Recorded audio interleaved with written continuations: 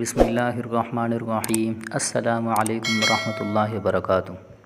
اچھی باتیں چینل کی طرف سے آج میں اپنے دوستوں کے لیے آپ صلی اللہ علیہ وسلم کا بہترین فرمان لے کر حاضر ہوا ہوں۔ آپ صلی اللہ علیہ وسلم نے فرمایا، میری شفاعت سے قیامت کے دن سب سے زیادہ فیض یاب وہ شخص ہوگا جو سچے دل سے لا الہ الا اللہ کہے گا۔ یہ صحیح بخاری کی حدیث ہے۔ تو سب سے زیادہ آپ صلی اللہ علیہ وسلم کی شفاعت کا حقدار کون ہوگا؟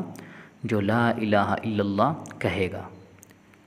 دوسری حدیث پاک میں آپ صلی اللہ علیہ وسلم نے فرمایا، جس شخص نے کسی مسلمان کی دنیاوی مشکلات میں سے ایک مشکل آسان کی، اللہ تعالیٰ اس کی قیامت کی مشکلات میں سے ایک مشکل دور فرما دے گا، اور جس شخص نے کسی تنگ دست پر آسانی کی، اللہ تعالیٰ دنیا اور آخرت میں اس پر آسانی فرمائے گا، اور جس نے کسی مسلمان کی پردہ پوشی کی، اللہ تعالیٰ دنیا اور آخرت میں اس کی پردہ پوشی فرمائے گا۔